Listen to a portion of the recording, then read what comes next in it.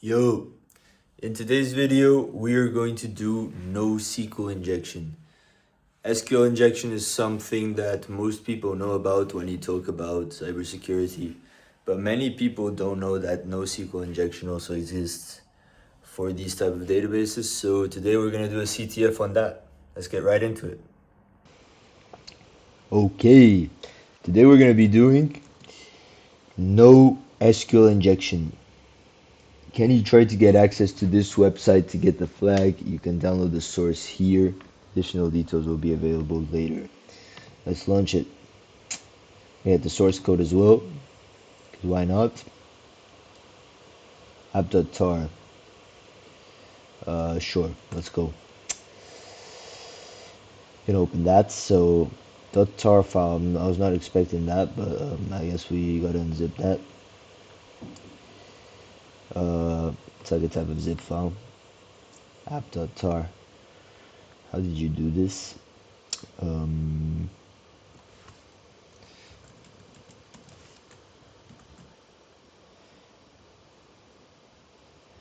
how to untar file.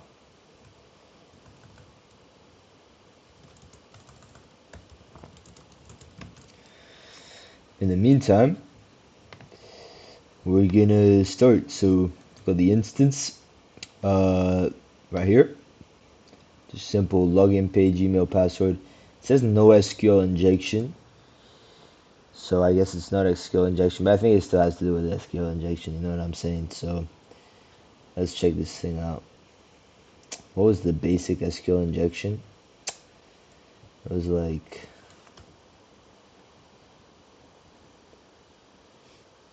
something like this, and then a comment. Okay, so let's think. There's a select something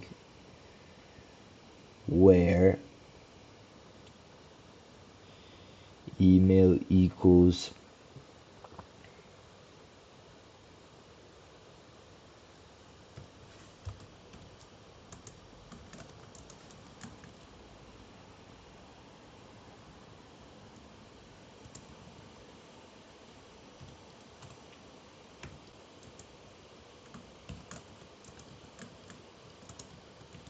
we're gonna try this SQL injection. I'm not sure if this is fully correct. Okay, that didn't work.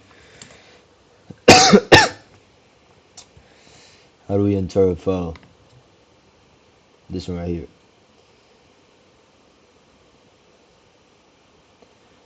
tar dash xvf. So let me first go there. Uh,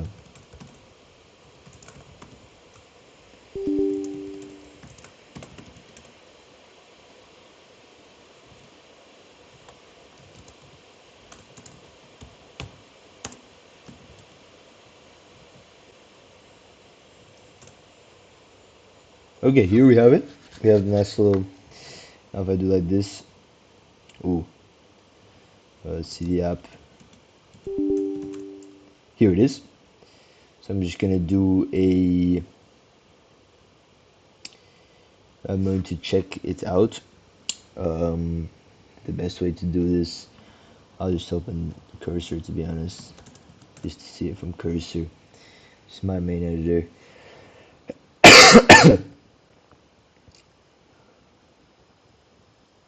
Why is this happening? Why is this happening? Why am I getting this? Ay, ay, ay. This always happens. Sometimes it just cursor reinstalls for some reason. But anyways, let's continue. So this is going to be useful to see what the code is about, but in the meantime, let's check what else we can see. So let me just inspect.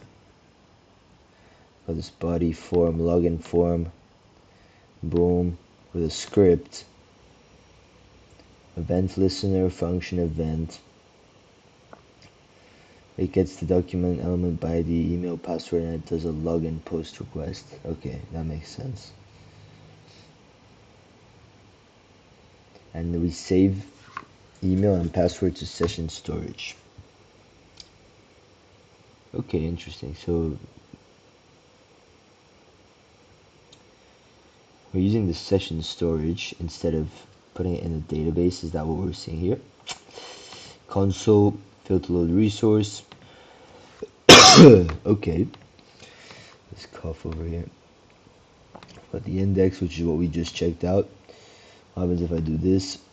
Login failed, invalid credentials, success equals false. Okay, nothing too complex. I think it has something to do with just setting the session storage. If we're capable of setting the session storage, then we'll be good. Here it goes to admin. The data has to be success, so it still goes to the API, right? So, okay. Here we have it. Admin.html is just an HTML file, nothing much. It's what we... Okay, it says... Still has some functions, so let's maybe check them out. Have... Okay, here we have some concepts here.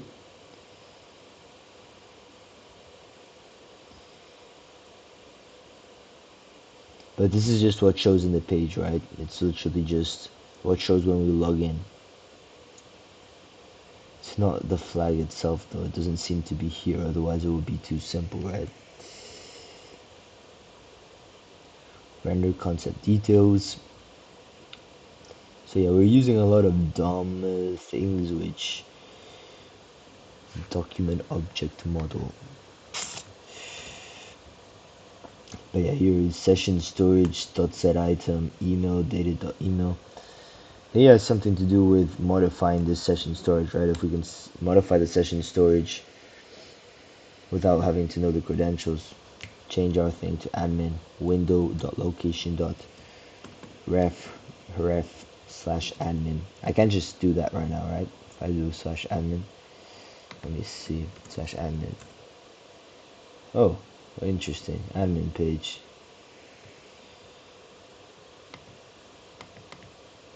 That's so strange, right? Because then why the hell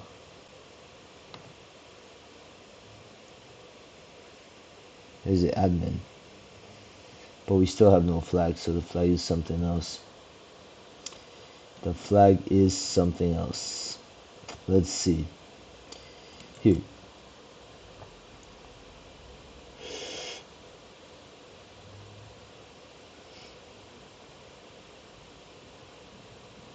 Okay, we don't need this.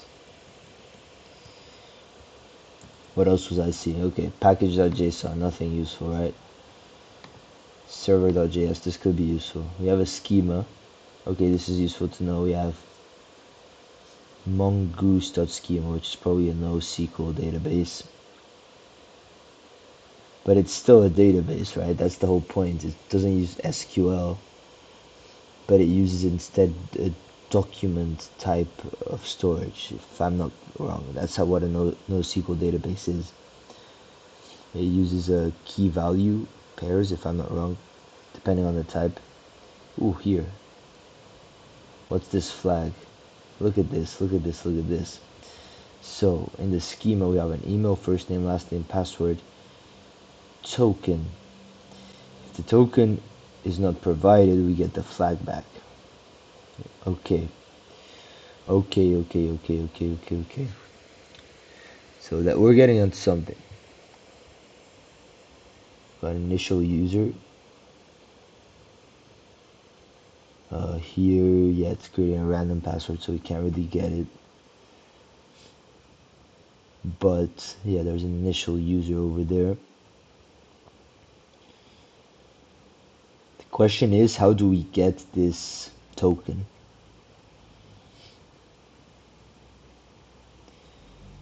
Token, I guess, is generated when a user is created, right?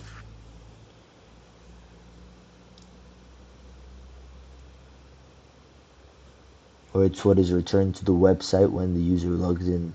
Well, it's stored as the session storage.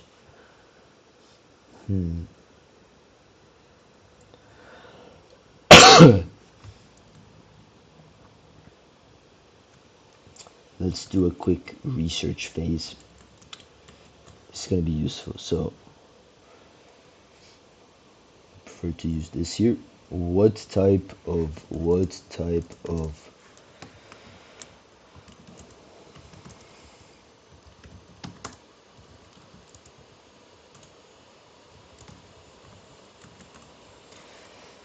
find out what this Mongoose database is, but I guess it's like a MongoDB, perhaps.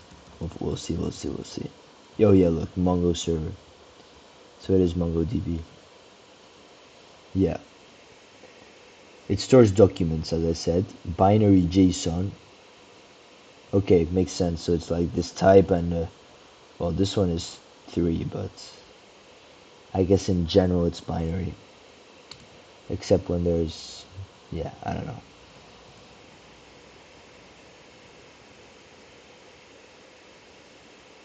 Okay. We might need to pull out burp suit for this.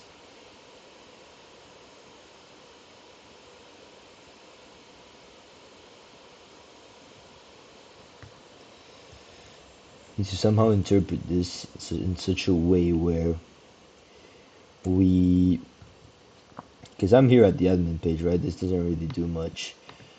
Being an admin, the idea is to get back the necessary response with the token. Which I'm pretty sure can only happen if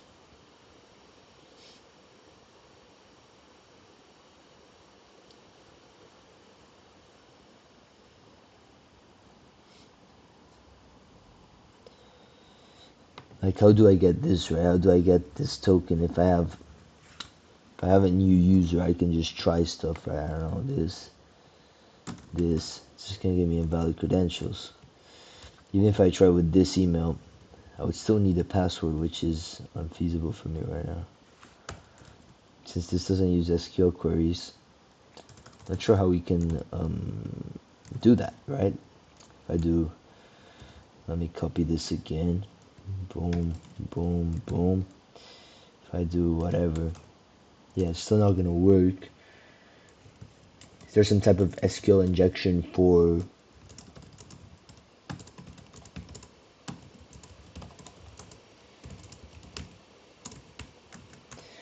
since it's NoSQL, it's not going to be SQL injection obviously, but there may be something that we can exploit still. That's the whole point. That's what we're trying to find, right? It's still vulnerable to a parallel concept called NoSQL injection. Okay. Instead of injection malicious SQL commands like or 1 equals 1, which is what I was trying before, malicious MongoDB operators into the query objects. Okay, interesting. Like, this is, I guess, greater than, non-equal. Let's see how it works. Because I didn't know about this. I never used MongoDB, but let's see what this is about. This occurs when an application blindly accepts user input, puts it directly into the database query. Got something like this. Okay, so for the password,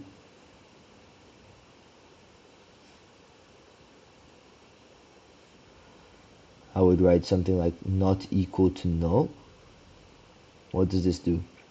Instead of sending a string for the password, the attacker sends a JSON object, okay, containing a MongoDB operator, especially not equal. Find a user where the username is admin and the password is not null. And since the admin's password is not null, the query returns user. Perfect. This is exactly what we need to do, if I'm not mistaken. So we're gonna need this for the password, which is basically gonna do the magic, let's say. And we can put this right here as the password. And we have already an email. We know that this email has a password, so it is not null. So now if I do this, I get in, and as a response, please, maybe I should have been checking this. I get this, right? A script, not this, admin here. Do I get the response? Or do I need to check burp suit or something for this? I'm trying to see the token that I get in session storage. Maybe it's in application. Here it is, session storage. Where's the token? It's this. This is a flag, surely. Tell me this is a flag. Looks a bit too long for a flag. Can't lie, this looks a bit too long for a flag. I'm gonna try, but I think this is not it yet, guys. Unfortunately, we can try. CTF. I feel like it would have come with. Let's try this. Okay. Flag's incorrect. Let's check this again. So we have email. Boom. Maybe it's because it already has a token. It's not required, and by default it's flag.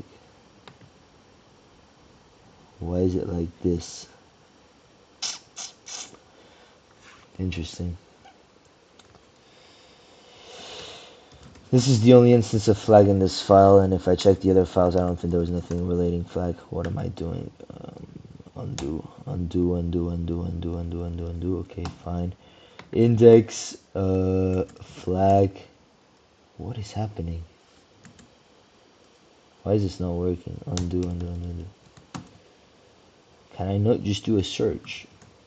Flag. Okay, never mind. There's no other flag instance, so we know that it's something here. Token, boom, default flag. But I guess maybe with this one.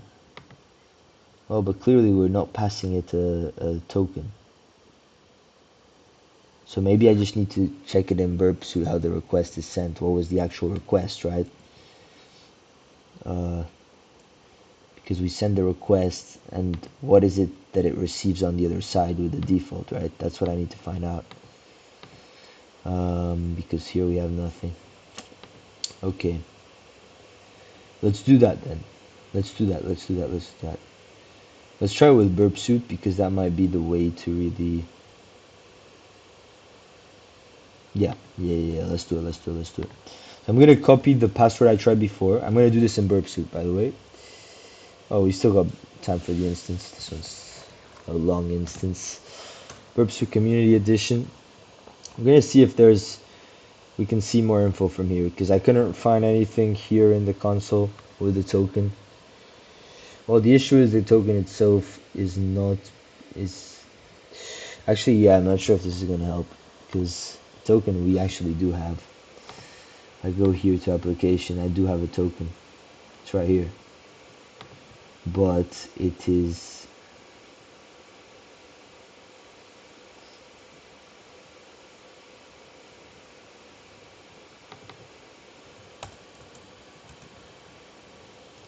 if I reload now, does it create a new token or what? I'm trying to see if somehow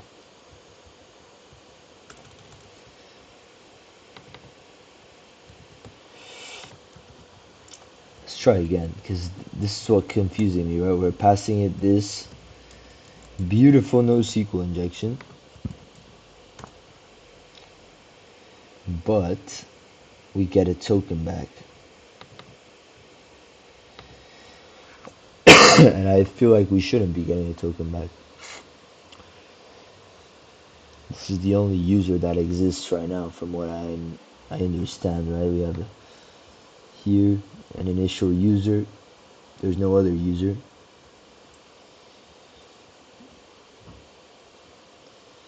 For some reason,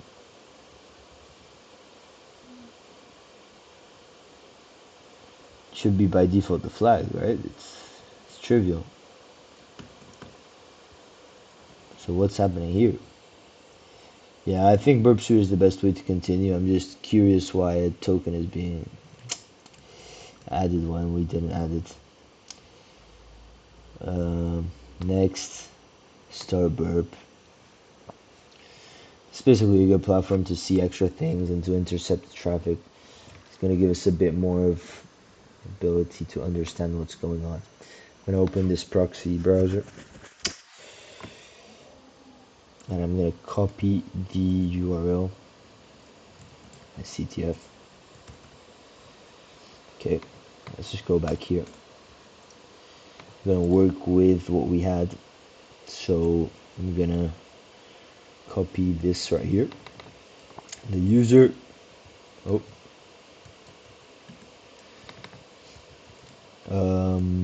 yes, like this.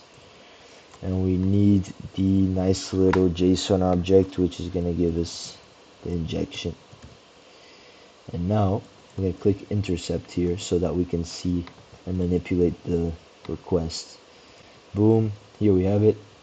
Email password. Okay. Yeah, there's no token here at least, which is quite strange. Unless we need to add a token, am I seeing it wrong? Token type string required false default flag.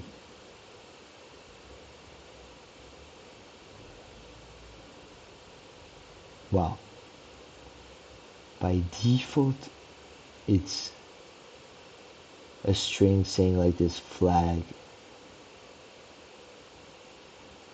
This is strange. This is strange. Let's see what happens. I forward. The request was sent. Now let's see. Well, that's taking long. It's taking longer than expected. Okay, never mind. Now let's see. Post request to login. This is important. So yeah, we just get this back, but for some reason we get a token.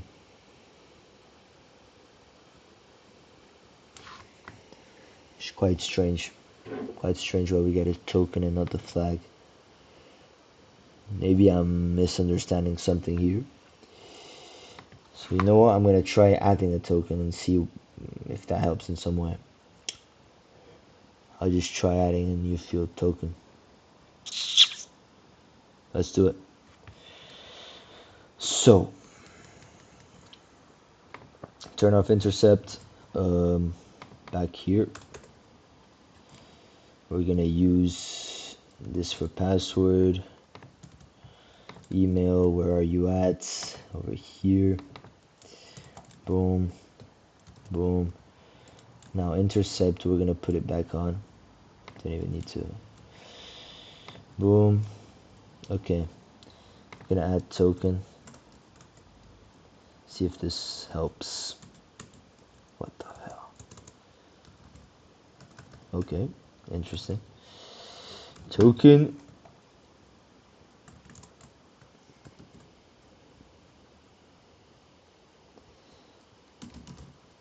Like this, just to see what happens. I'm gonna forward this.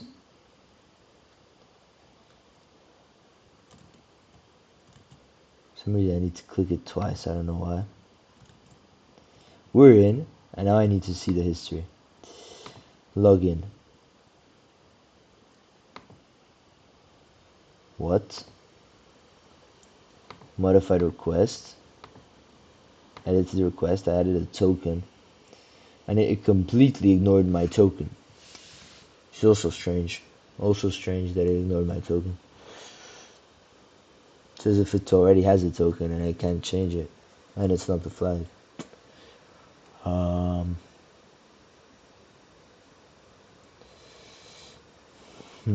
Okay. Have a token.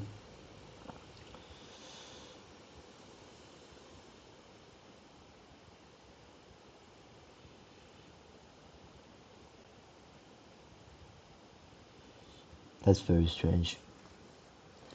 Because the clue is clearly here, like default flag. What's default? What's default then? Like, let's see.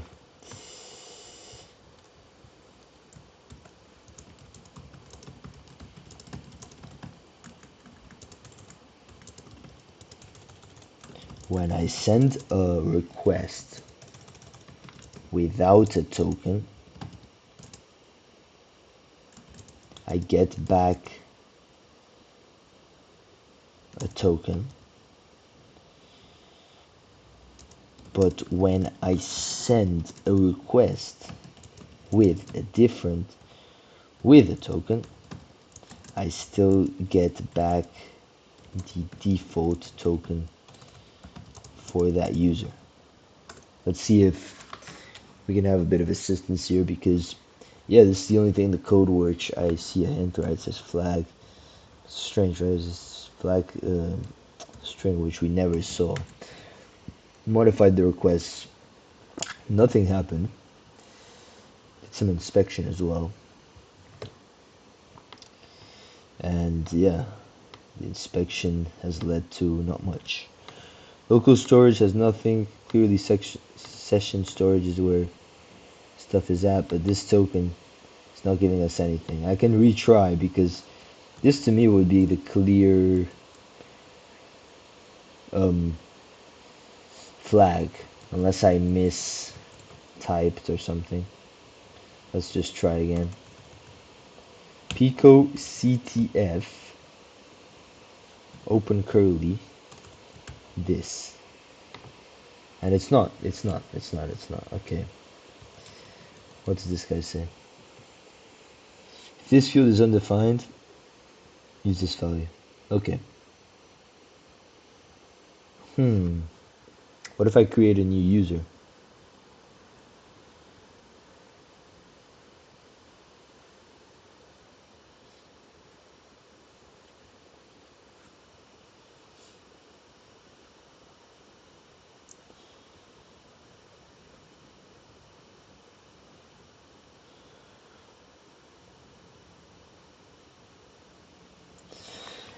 Okay, a protection against mass assignment. Explicit field selection. The backend code probably looks like this. It doesn't though. The backend code, well, that initial user does do that actually, but the backend code, okay, yeah. Even if I send a token, the server ignores it. Passes undefined to Mongoose to find the token. So Mongoose triggers the default value. But this is not the flag, that's the thing. What I'm receiving is not the flag. GOI or Express Validator, do we have this? Not really. We gotta test this vulnerability though. I am trying to override the token, I guess, because the default one isn't the flag, so maybe if I override.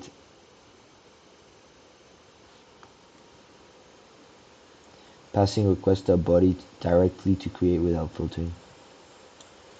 Let's see, where's create? Oh man, what's happening here, man? Request.body. There's no request.body. And I don't think there is here too. What's happening here? Request, nothing. Over here maybe. Request dot. Okay.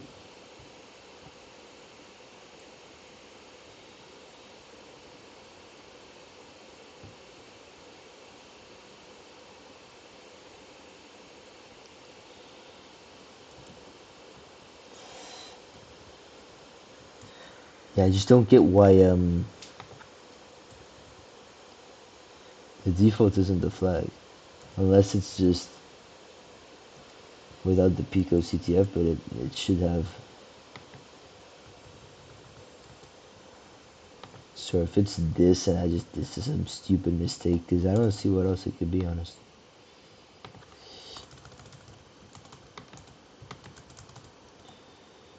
Flag. So weird. Because we can clearly log in as this created user.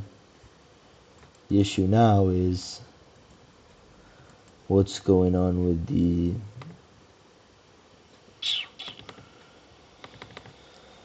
not with the token. The token is what's messing around right now. So I can easily use this, right?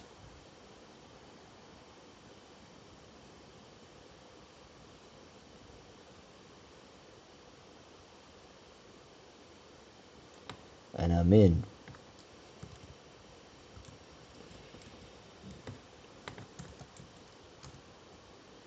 Or not.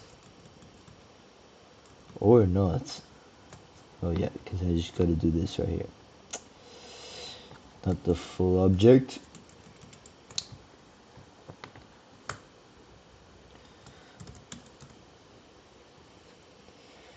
Yeah, the token is that one. Yeah, that's the token.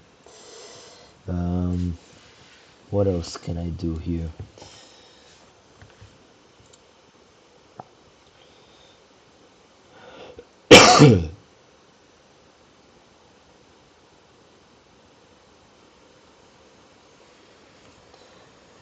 Trying to see what else could be the flag. How do I...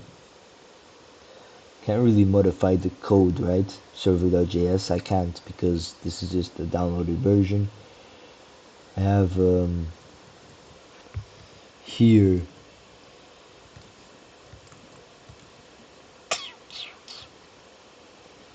I have just simple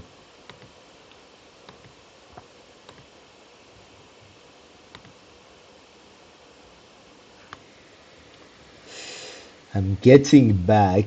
What am I getting back? Yeah.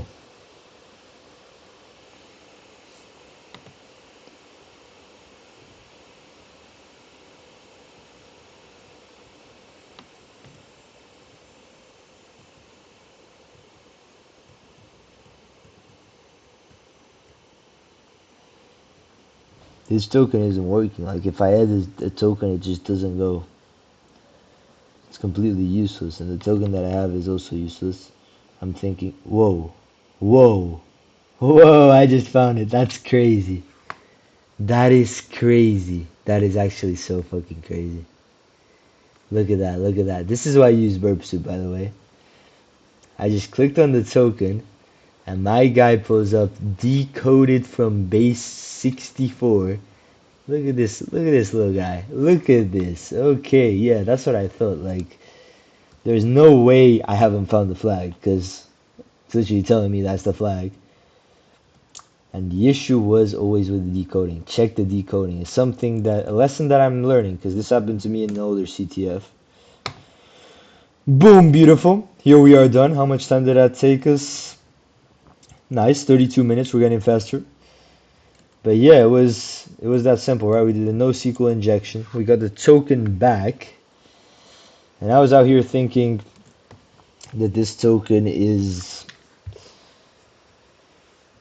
not the flag, but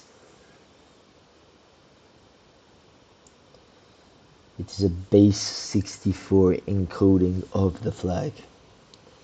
I don't know if these two equal signs do anything, because when I highlight it, it doesn't highlight the equal signs, which is interesting. Maybe the two equal signs are like saying that this is a base 64 encoding. Not sure, but what matters is that we managed to do this. So yeah, that's a thing to know, right? If you have a NoSQL database, you're still vulnerable to these types of injections with this kind of binary JSON type of input. All I had to say is not equal to no, and I managed to bypass this, of course, because the input is not properly sanitized, but that was a nice CTF. So yeah, thanks for watching, and see you on the next one.